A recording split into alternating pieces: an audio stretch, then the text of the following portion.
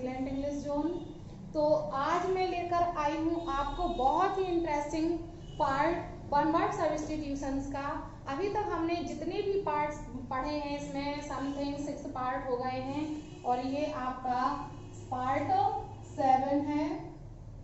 सभी में मैंने समथिंग 10 या 12 इम्पॉर्टेंट वन वर्ड सब्स्टिट्यूशंस को कवर किया है और आज फिर हम 10 वन वर्ड को लेकर चलते हैं। लेकिन आज का टॉपिक इसलिए इम्पॉर्टेंट है और इंटरेस्टिंग है क्योंकि आज हम सीखेंगे वन वर्ड सब्स्टिट्यूशन 10 के साथ 20। वो कैसे, जैसा कि हमारा सबटाइटल है वन वर्ड विद एंटोनिम्स।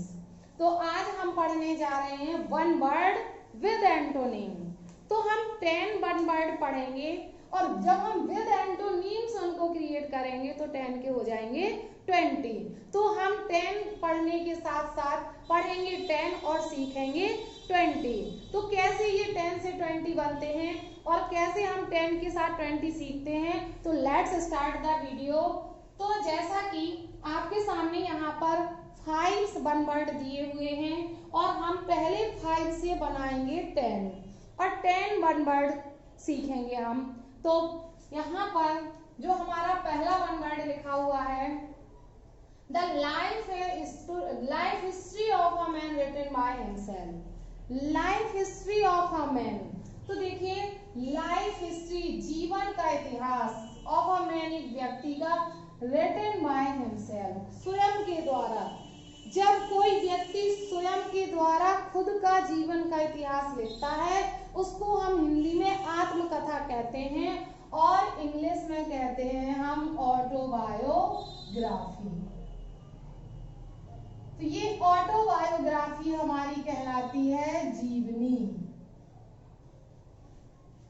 तो ये तो मोस्टली सबको पता है कि ऑटोबायोग्राफी क्या होती है, फिर भी यहाँ पर हम पेयर वाले पढ़ रहे हैं तो पेयर में हम सबको कवर करेंगे।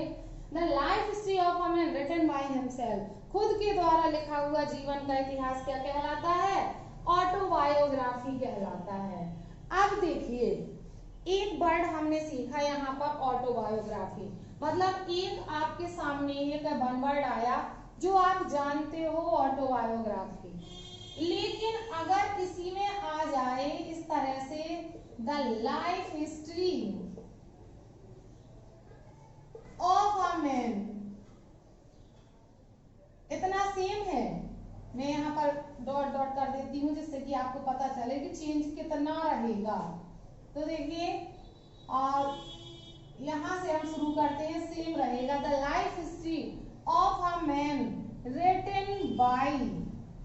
अब यहाँ पर जब हिमसेल्फ आ जाए, मतलब आपको समझना है जब सेंटेंस आता है life history of a man written by, अब बाय के बाद अगर हिमसेल्फ आता है तो ऑटोबायोग्राफी होता है और यहाँ पर आ जाए समवन एल्स, किसी दूसरे के द्वारा, हिमसेल्फ के प्लेस पर जब समवन एल्स आ जाता है तो यही हो जाता है हमारा बायोग्राफी, जो होती है वो सॉरी ये आत्मकथा होती है, जीवनी नहीं होती है, ये आत्मकथा होती है और ये आपकी जीवनी होती है।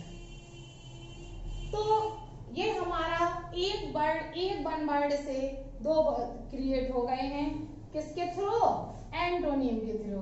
तो ये दोनों हमारे क्या हो गए, एंटोनिम्स हो गए। ऑटोबायोग्राफी का बायोग्राफी, जब हिमसेल्फ की जगह समवन एल्स आ जाए तो बायोग्राफी।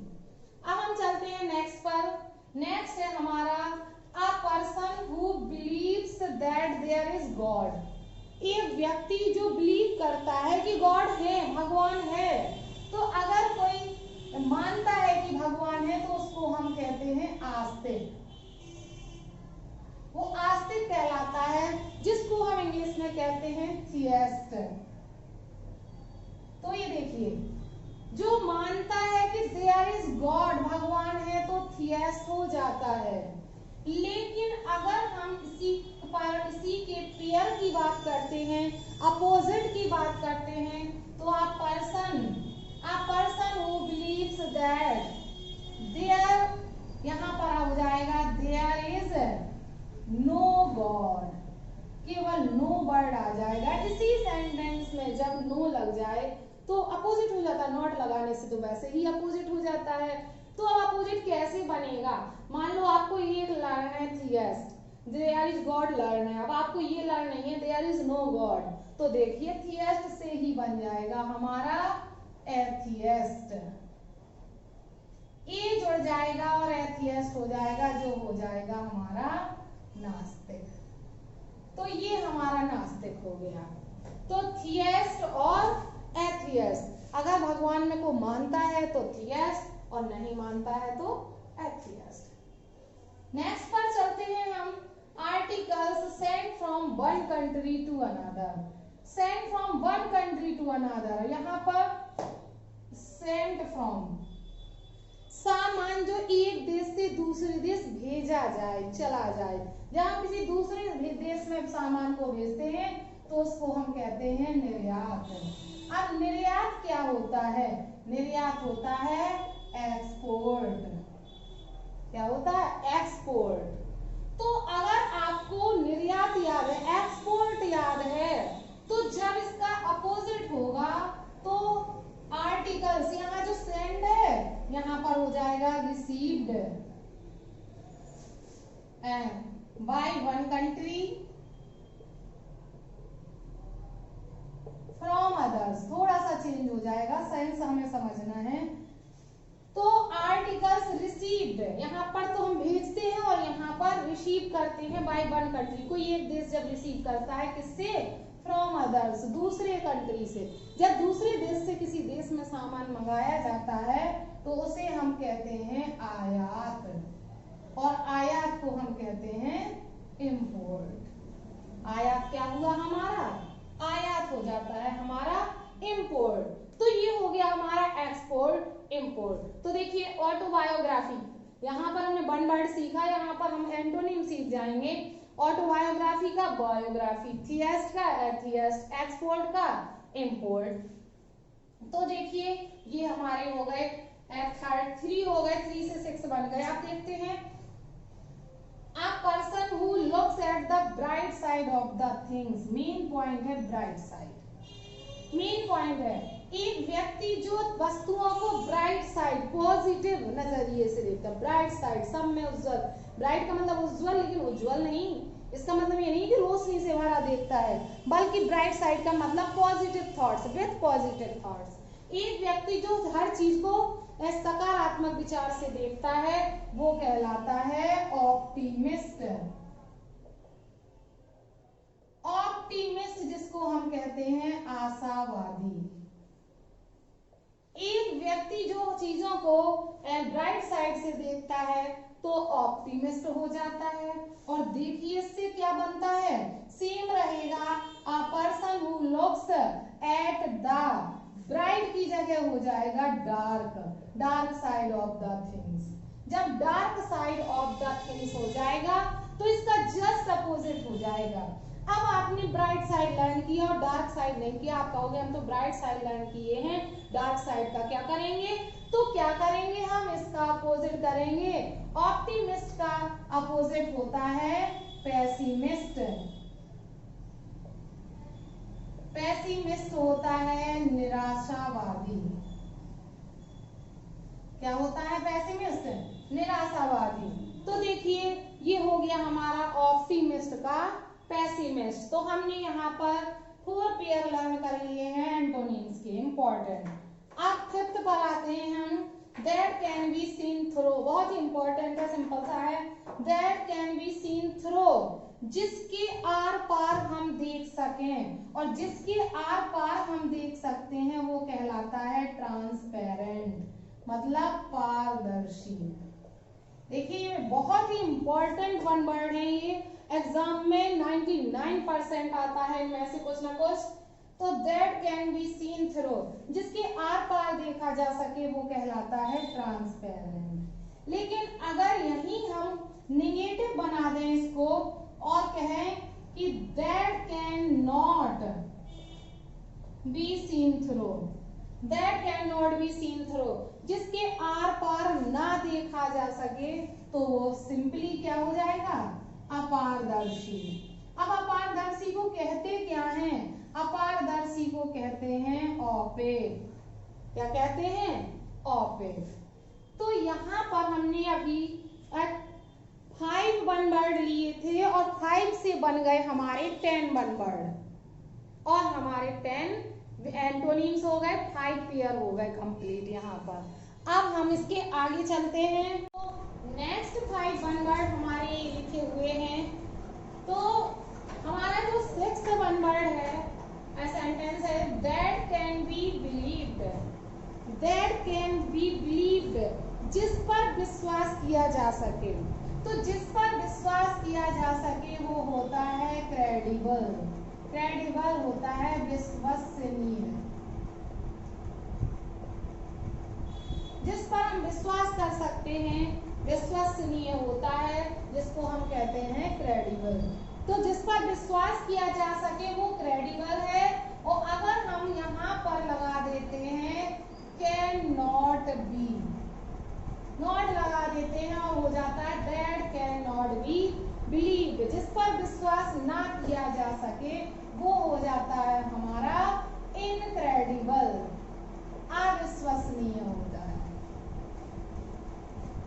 तो वो अविश्वसनीय हो जाता है।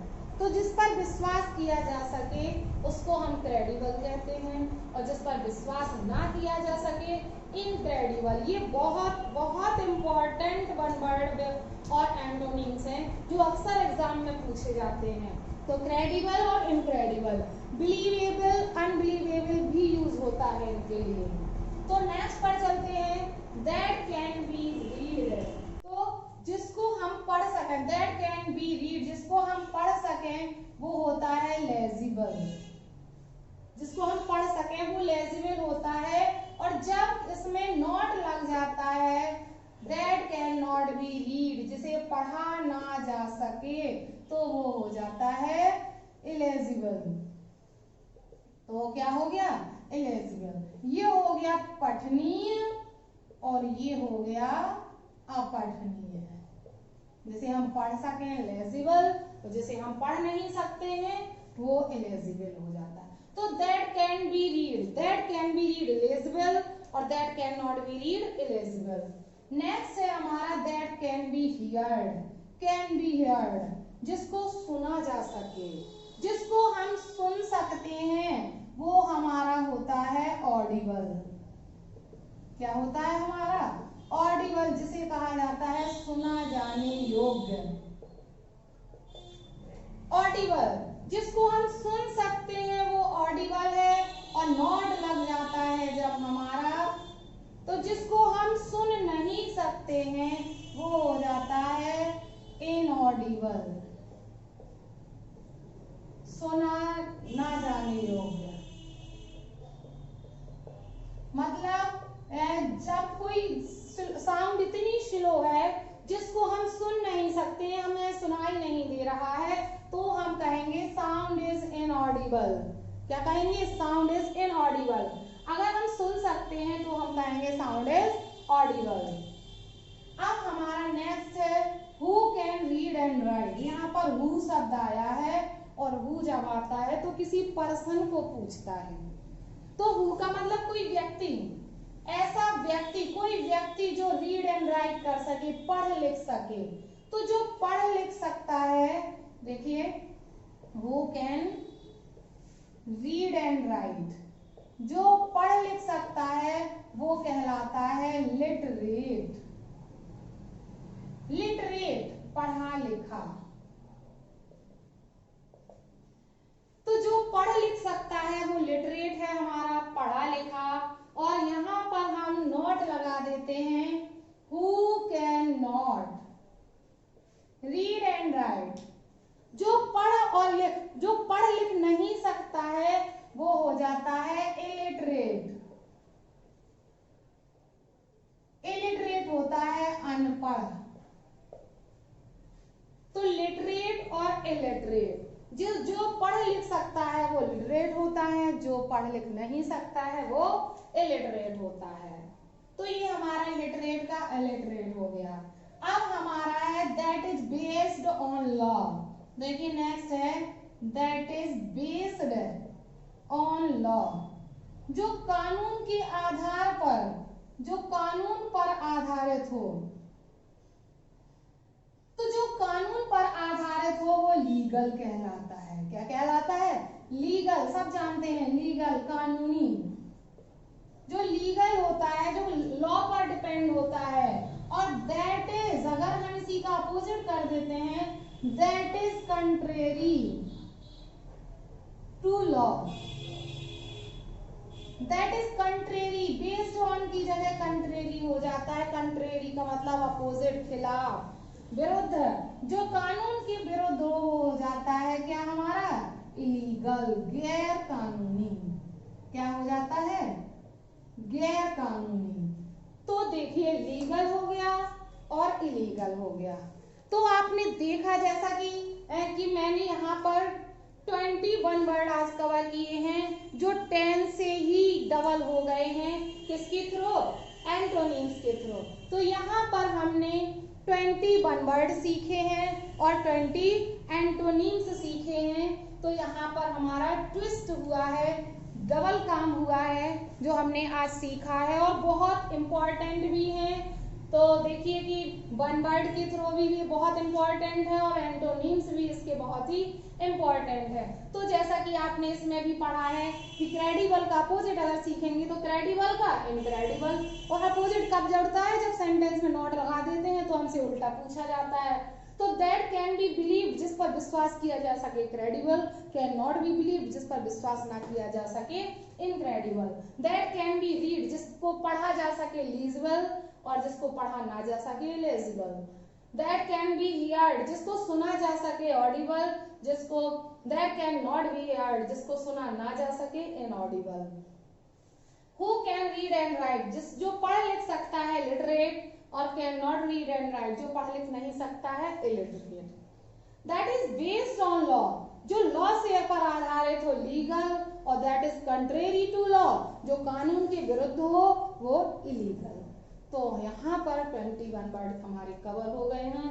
आई होप आपको वीडियो अच्छा लगा होगा, समझ में आया होगा, और अगर आपको वीडियो पसंद आया हो तो वीडियो को लाइक करें और कमेंट बॉक्स पर कमेंट करके जरूर बताएं। और अगर आप मेरे चैनल पर नए हैं तो ऐसी ही कंटिन्यू वीडियो देखने के लिए मेरे चैनल से जुड़ें, सब्सक्राइब करें और बेल आइकन प्रेस करें। Thanks for watching video.